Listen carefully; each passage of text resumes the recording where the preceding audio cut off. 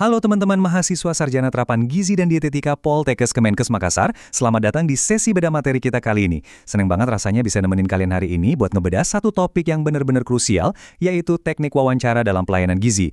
Percaya deh, materi ini tuh bakal jadi nyawa dari karir kalian ke depannya nanti. Udah siap? Yuk langsung aja kita mulai. Agenda kita hari ini punya 6 poin utama, mulai dari dasar wawancara pelayanan gizi, keterampilan dasar komunikasi empatik, teknik menggali dan menguatkan, gimana menghadapi ketidaksesuaian dan penolakan, lanjut ke menginterpretasi pola perilaku klien, dan pastinya ditutup dengan cara menjadi nutrisionis yang profesional. Anggap aja sesi ini tuh proses kalian merakit sabuk perkaka sebelum benar-benar terjun ke praktik nyata di lapangan. Oke, kita masuk ke bagian pertama ya, dasar wawancara pelayanan gizi. Banyak orang tuh mikir kalau wawancara gizi cuma sekedar tanya jawab kaku, kayak nyatet berat badan, tinggi badan, atau nanya kemarin makan apa aja. Padahal tujuan utamanya tuh jauh lebih dalam dari itu, yaitu membangun hubungan terapeutik. Ini dia kunci suksesnya. Wawancara yang berhasil itu bukan kayak interogasi, tapi gimana kita bisa menciptakan ruang yang aman banget buat klien. Kalau mereka udah merasa aman, mereka bakal lebih gampang buka-bukaan soal kebiasaan, gaya hidup, sampai masalah psikologis mereka tanpa takut ngerasa dihakimi. Lanjut ke bagian kedua nih, tentang keterampilan dasar komunikasi empatik. Nah, sebelum kalian pakai teknik wawancara yang lebih advance, fondasinya harus kuat dulu. Maksudnya gimana?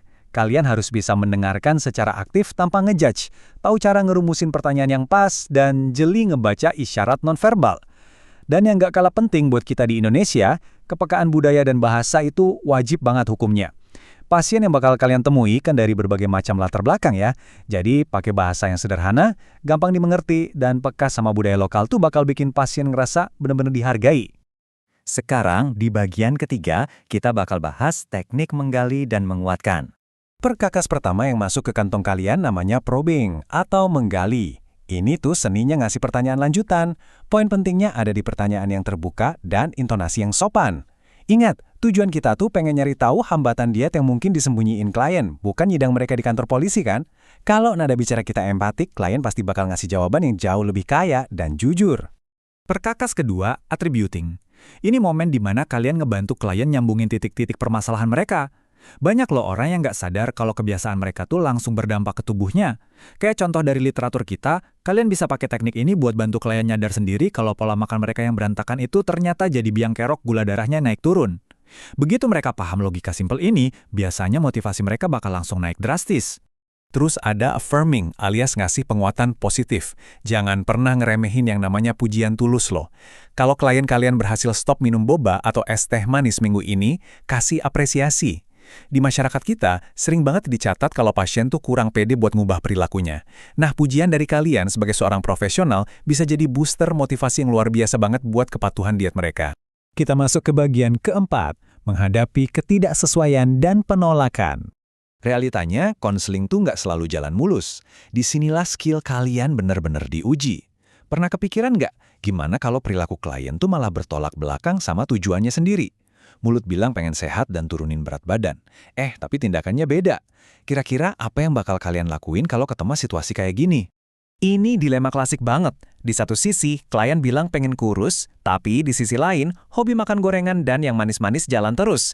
Nah, di sini kita pakai teknik yang namanya confronting atau konfrontasi. Tapi jangan salah sangka dulu, kita bukan ngajak berantem ya. Kalian cuma nunjukin ketidaksesuaian ini secara netral, fokus ke fakta aja, dan pastinya tanpa nada ngomel. Tujuannya biar klien sadar sendiri sama kontradiksinya tanpa ngerasa diserang. Waktu kalian ngelakuin konfrontasi ini, siap-siap aja ngadepin berbagai macam reaksi. Spektrumnya luas banget, dari yang nerima dengan lapang dada, sampai yang tiba-tiba defensif, sedih, atau bahkan marah. Kenapa kita harus tahu ini? Biar kalian gak panik, dan bisa langsung nyesuaiin gaya komunikasi kalian di detik itu juga. Nah, ini krusial banget buat konteks budaya kita. Orang Indonesia tuh paling jago ngehindarin konflik terbuka. Jadi kalau klien gak setuju atau belum siap rubah, jarang banget mereka langsung ngebentak.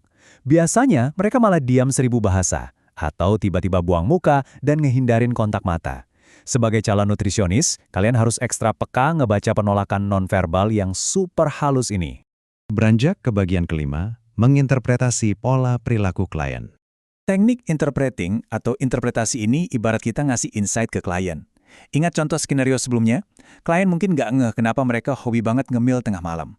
Lewat interpreting, kalian bantu mereka sadar kalau ternyata stres kerjaan dari pagi sampai sore itulah pemicunya. Ini bisa jadi momen aha yang ngebuka jalan buat perubahan perilaku yang benar-benar nyata. Tapi ingat ya, ada aturan mainnya. Selalu pakai kata-kata yang tentatif. Mending bilang mungkin hal ini karena atau bisa jadi disebabkannya daripada pakai jargon psikologis berat yang malah bikin bingung. Pakai kata mungkin itu ngasih ruang aman buat klien buat setuju atau ngebantah. Jadi kita nggak terkesan sotoy atau sok jadi psikiater dadakan yang lagi nebak-nebak isi kepala mereka. Akhirnya kita sampai di bagian ke-6, menjadi nutrisionis yang profesional. Kalau kita rangkum alurnya, wawancara gizi yang powerful selalu dimulai dari ngebangun hubungan terapeutik yang aman. Baru habis itu kalian keluarin jurus empatik, kayak probing, attributing, dan interpreting. Dan waktu ada tantangan atau penolakan, kalian hadapin dengan super profesional. Semua langkah tadi itu tujuannya cuma satu, dukung klien bikin perubahan sehat yang awet. Kalau kalian bisa kuasain alur ini, bukan cuma hasil klinis yang membaik, tapi kualitas kalian sebagai tenaga kesehatan juga bakal level up. Sebagai penutup sesi bedah materi kita hari ini, saya mau ninggalin satu pertanyaan provokatif buat teman-teman calon nutrisionis hebat di Poltekkes Kemenkes Makassar. Setelah ngebahas semua teknik tadi, gimana sih cara kalian nanti nyesuaiin gaya komunikasi kalian supaya tiap klien yang duduk di depan kalian merasa benar-benar didengar, dihormati, dan dipahami? Coba direnungkan ya, teruslah semangat belajar dan jadilah penggerak kesehatan yang luar biasa di masyarakat. Sampai jumpa!